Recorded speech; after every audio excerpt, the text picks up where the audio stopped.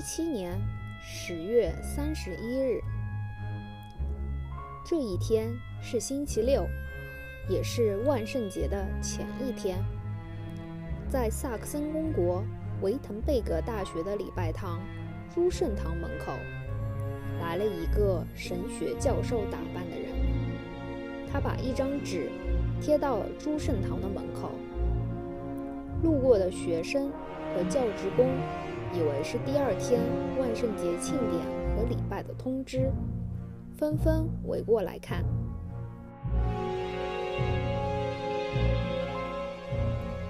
但这简单一看，就像在干燥的草原上点燃了一团火。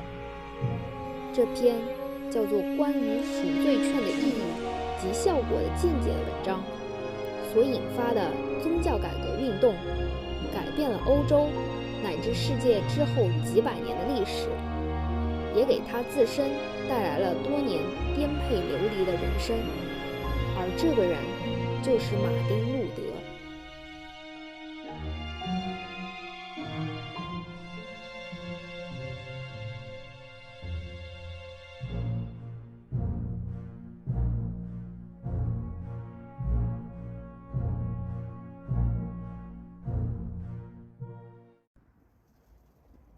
在马丁·路德 Death House 旁边就是圣安德鲁教堂。马丁·路德就在这个教堂里三番五次的，一直到他死的时候都在里面做传教。然后旁边有个信息栏，上面写了整个城市都有一个 free wifi， 叫做路德。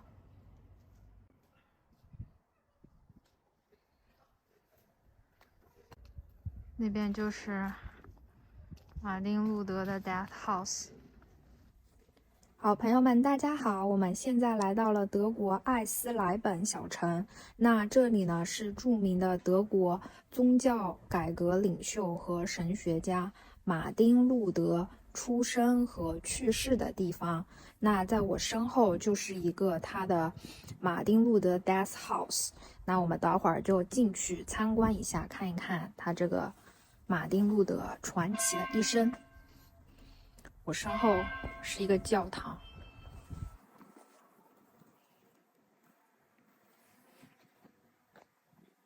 好，那我们就进去看一看吧。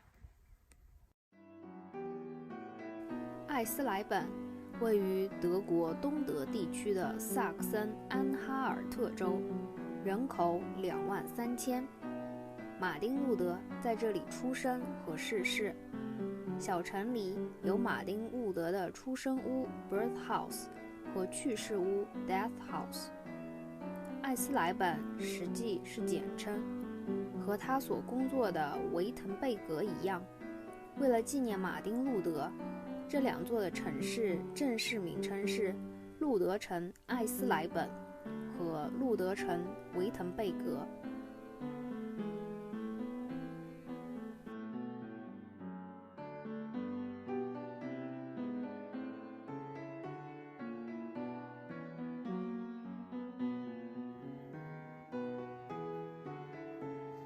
这里写了马丁·路德说的一句话，在1546年2月18，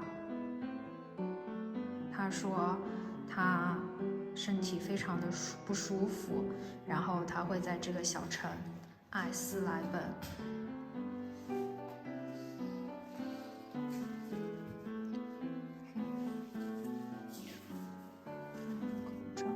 进去看一下。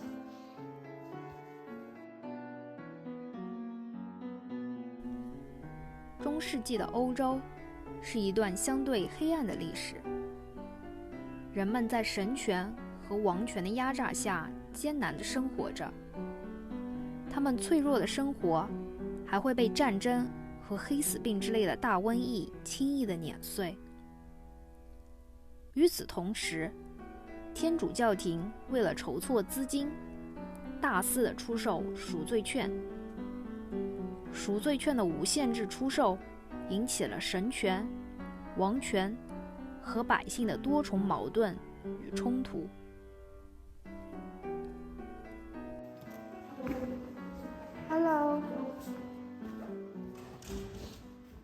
if you go down this way again, you go back, and you go downstairs, right.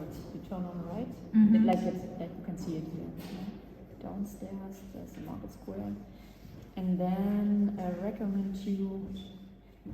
You can go this way, but I recommend you to go straight. Maybe it's easier to find, and you stay on the right side. It's about 200 meters, and there's a corner. Okay. And you already seen the birthplace. I Okay. think it's the same. You need at least more or less 10 minutes. Okay.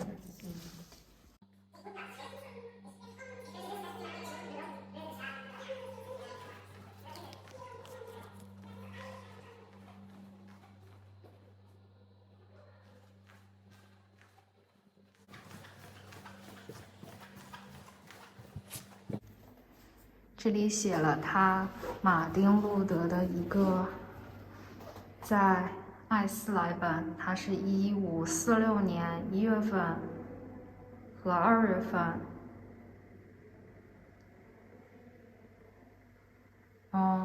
他是于2月18号去世的。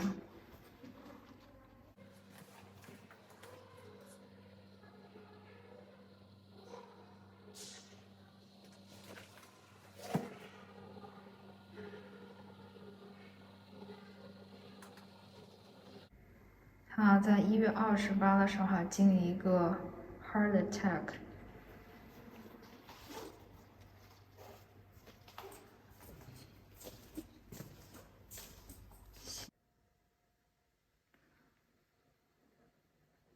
这幅油画就是1517年所做的，15、15。15几几年，这幅油画是15几几年所画的，讲的就是马丁·路德来到了艾斯莱本，然后在旁边的圣安路教堂里面，给大家传教他对天主教的那些反对意见。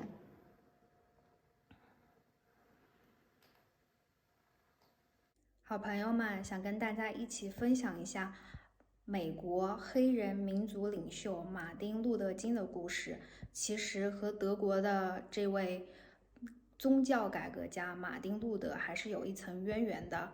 渊源就是起源于马丁·路德·金的父亲，当初呢他就来欧洲这边游历，然后呢他来到了德国，然后听到了马丁·路德的故事，被他宗教改革的精神震撼了。然后他回去以后就把自己的名字改为马丁·路德·金，然后就把自己的儿子的名字也改成马丁·路德·金 Junior， 就是小马丁·路德·金。然后呢，他长大以后呢，就发表了一篇非常家喻户晓的演讲，叫做 I Have a Dream。 I have a dream. My four little children will one day live in a nation where they will not be judged by the color of their skin, but by the content of their character. I have a dream today. 这就是当时的他的一个小房间。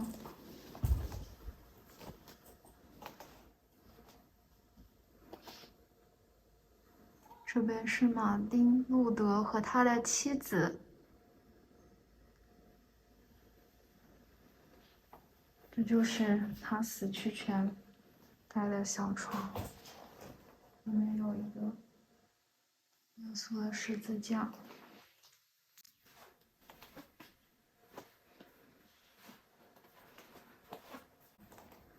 这是他生活的小屋子。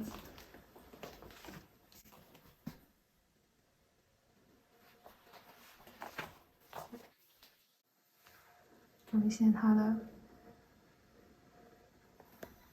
手稿。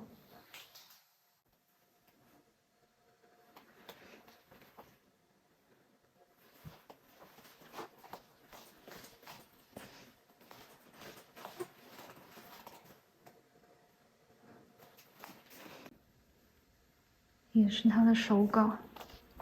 那在我身后的就是马丁·路德，最后在自己的床上然后身边有家人的陪伴，然后慢慢的就在这里去世了。1521年4月16日，马丁·路德参加了教廷和神圣罗马帝国皇帝查理五世在沃尔姆斯主办的会议，解决宗教改革的问题。10天后，也就是4月26日，马丁·路德在听到风声之后，在萨克森选侯腓特烈3世的帮助下逃亡。几天后，查理五世颁布了沃尔姆斯诏书，宣布马丁·路德违法，下令逮捕。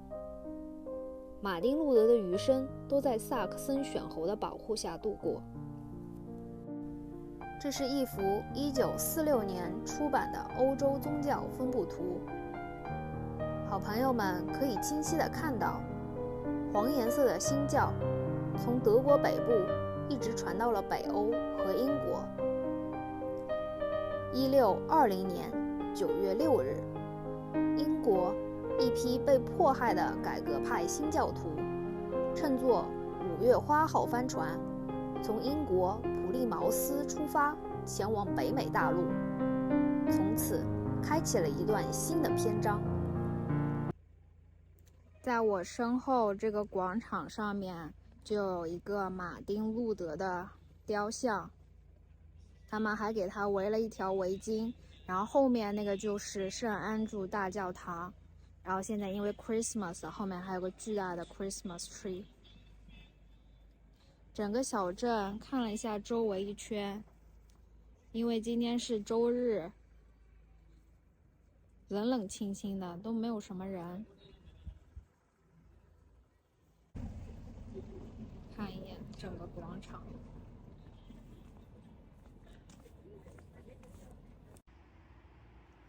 这里就是马丁·路德的 birth house 出生的地方。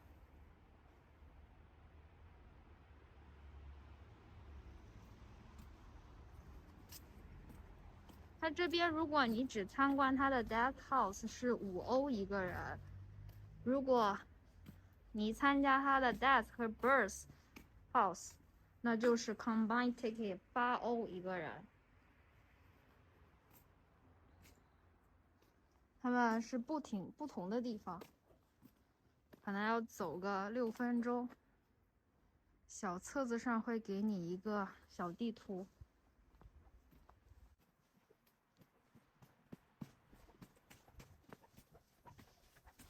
入口。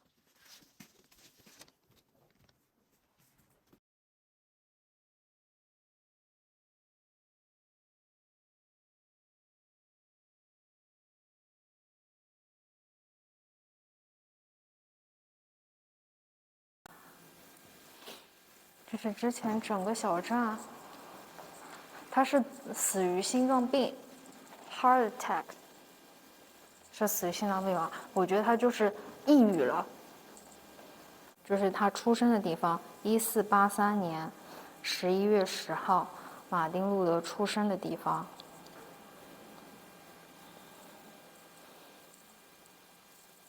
这个小教堂就是马丁·路德受洗的地方，受洗礼的地方。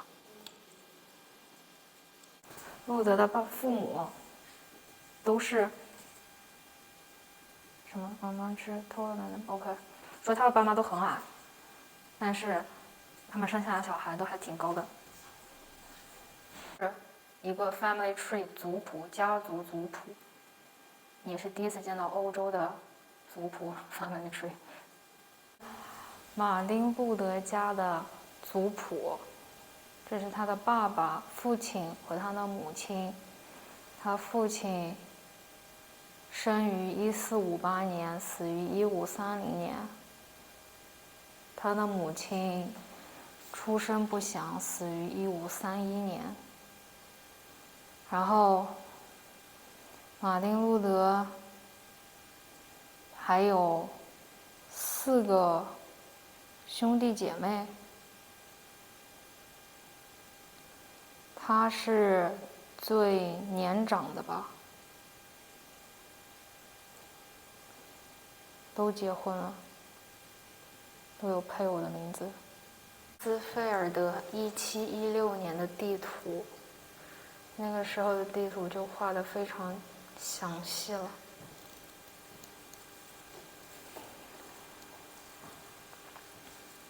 是1566年，当初的人如何熔炼银器的书。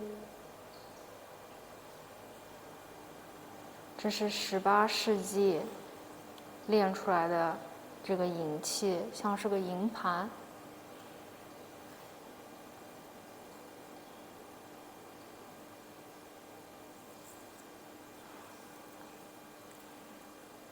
上面还有3种不同的样式。1563年画的油画，在这幅画上面，我们可以看到远处的那个就是很久以前的圣安主教堂，然后在画的右手边，这个拿着圣经的抬手的人就是马丁路德，旁边戴帽子的就是他的好朋友叫菲利。左手边有一个是他的马丁路德的母亲和他的妻子。这里放了一本1483年的德语版圣经，还是彩色的，有彩图的画面。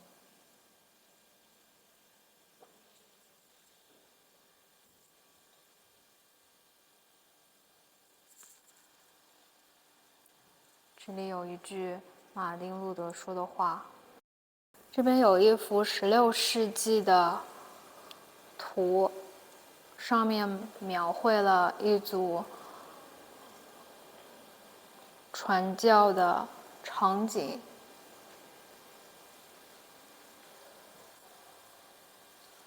这边有名字，这位就是马丁路德，这是他的朋友费利，画得很像啊。这个照片是想说明，他们这一边的人在说服另一岸的人，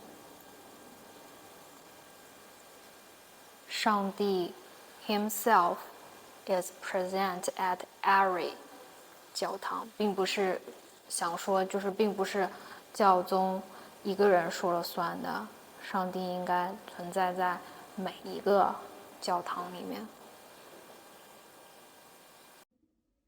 马丁路德这一生最重要的贡献在于他的宗教改革。然后呢，他研读了圣经，就发表了非常多的反对意见和不同意见。然后这些意见呢，就触怒了当时的教宗，教宗就把他逐出了师门，就是那时候的叫破门律，就是说所有其他的一些教会就不能再接受他，他就被逐出了天主教。那因为马丁路德的影响呢，基督教就被分为3个分支，分别为天主教、新教和东正教。然后在中文世界里面说的基督教、新教，其实就起源于拉丁语里面抗议的意思，然后得名于很多人对马丁路德这样被认定为异端、逐出教门的抗议 protest。这边放了个琴，这是1604年的鲁特琴，然后马丁也学习过这个乐器。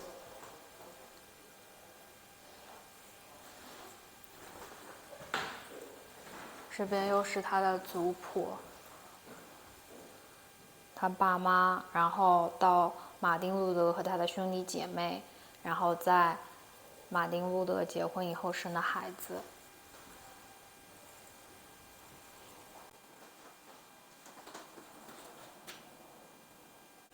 这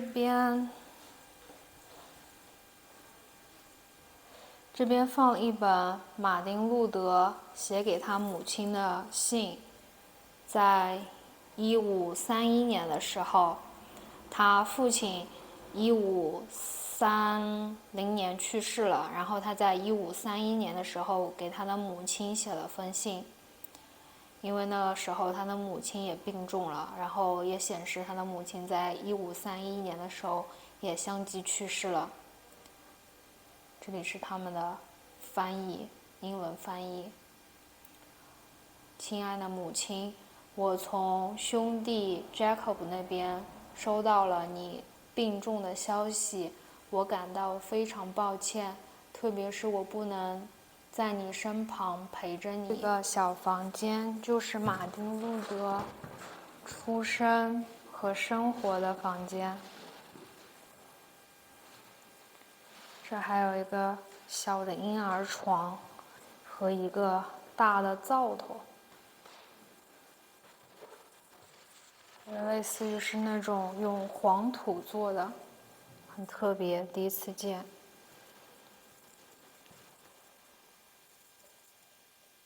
哇，这里面居然是热的。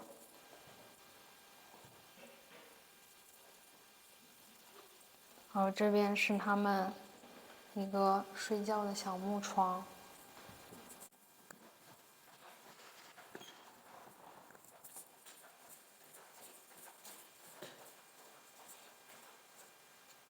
这一边就是灶头连过来的一个小厨房，这儿也有个，这儿应该就生火做饭，然后热气就存在那边屋子里，当暖气用。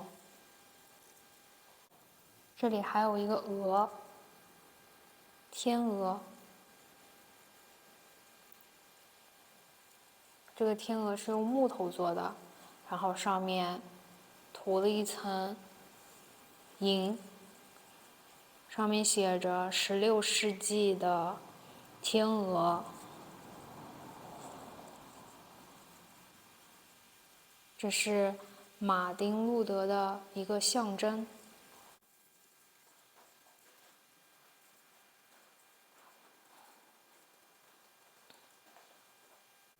是1817年马丁·路德的这一个小的雕像。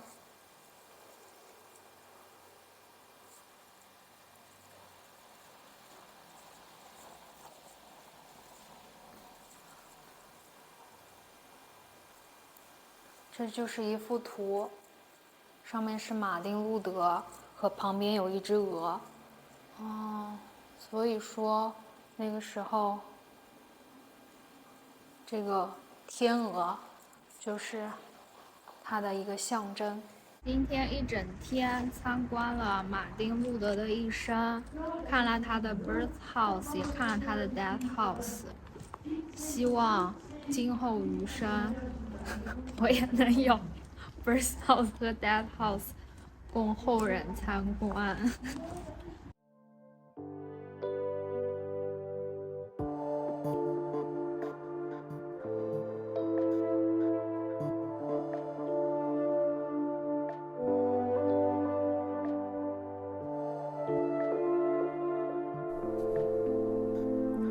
这一期和好朋友们看到了宗教改革领袖马丁·路德的故事。实际上，马丁·路德一直说自己是一个人的信徒，而这个人就是宗教改革先驱捷克的神学家和哲学家，布拉格查理大学的校长杨·胡斯。说到布拉格，就是一座自带着蔡依林布拉格广场音乐和色彩滤镜的城市。下一期就在这里，贝贝会和好朋友们回到1415年，寻找布拉格和为信仰而死的杨·胡斯的故事。